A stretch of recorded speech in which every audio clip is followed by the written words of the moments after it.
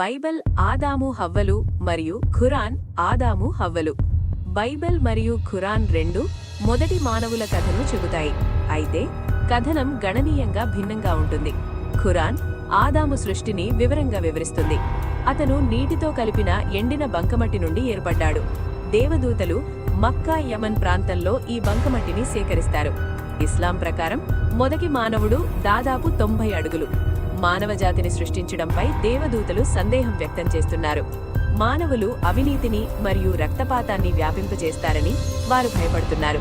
దీనికి ప్రతిస్పందనగా అల్లా ఇలా అంటాడు, మీరు ఏమి చేయలేరో నాకు తెలుసు. బైబిల్లో ఆదాము నేలదుమ్ము నుండి ఏర్పడ్డాడు. ధూళిని తీసుకున్న దేశం పేర్కొనబడలేదు. ఆదాము పక్కటెముకలలో ఒకదాని నుండి ఈవ్ సృష్టించబడిందని బైబిల్ చెబుతోంది. సృష్టిక్రమం వారి క్రమానుగత పాత్రలను సూచిస్తుంది. ఖురాన్లో ఆదాము మరియు అతని జీవిత భాగస్వామి కలిసి సృష్టించబడ్డారు. కాబట్టి ఆదాము భార్య అతనితో సమానంగా కనిపిస్తుంది. ఆమె పేరు హవ్వ ఖురాన్లో స్పష్టంగా కనిపించదు. ఇది మొదట తరువాతి ఇస్లామిక్ కథనాలలో కనిపిస్తుంది. బైబిల్లో ఆదాము దేవదూతల కంటే కొంచెం తక్కువగా చేయబడ్డాడు.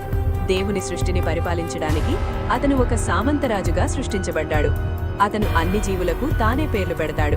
ఖురాన్లో అల్లా ఆదాముకు వాటి పేర్లను నేర్పుతాడు. అయితే ఆదాము దేవదూతలకు పేర్లిస్తాడు.